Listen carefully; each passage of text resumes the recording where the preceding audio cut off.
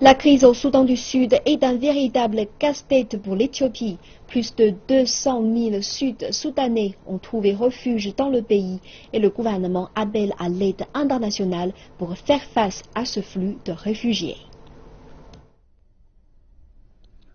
L'une des économies africaines au développement le plus rapide face à un problème de réfugiés qui ne cesse de s'aggraver.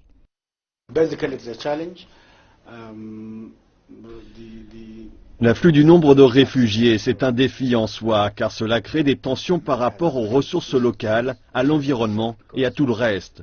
Mais c'est un défi auquel il faut faire face. L'Éthiopie n'a pas d'autre choix que d'accueillir ces personnes qui rencontrent des problèmes dans des pays voisins.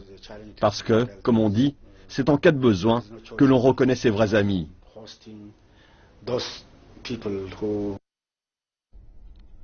La plupart des Sud-Soudanais sont entassés dans l'immense camp de Gambela dans l'ouest du pays.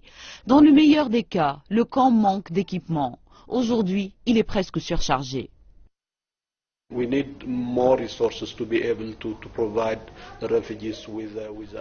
Nous avons besoin de plus de ressources pour fournir aux réfugiés l'assistance dont ils ont besoin et prendre en considération leurs intérêts à long terme. Parce que, en fin de compte, nous travaillons pour aider les réfugiés à retourner chez eux et à pouvoir s'y rétablir à nouveau. L'Éthiopie héberge déjà des centaines de milliers de réfugiés somaliens. Avec l'afflux de réfugiés du Soudan du Sud, le pays héberge désormais plus de réfugiés que n'importe quel autre pays d'Afrique. Le gouvernement a indiqué qu'il avait besoin d'aide.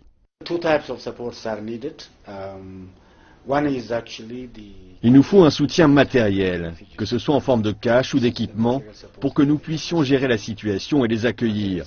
L'autre point essentiel dont nous avons besoin, c'est de traiter les causes qui ont créé ces réfugiés. Le Haut Commissariat aux réfugiés des Nations Unies craint que le nombre de réfugiés fuyant vers l'Éthiopie n'augmente ces prochaines semaines, à moins qu'un accord de paix soit enfin conclu au Soudan du Sud.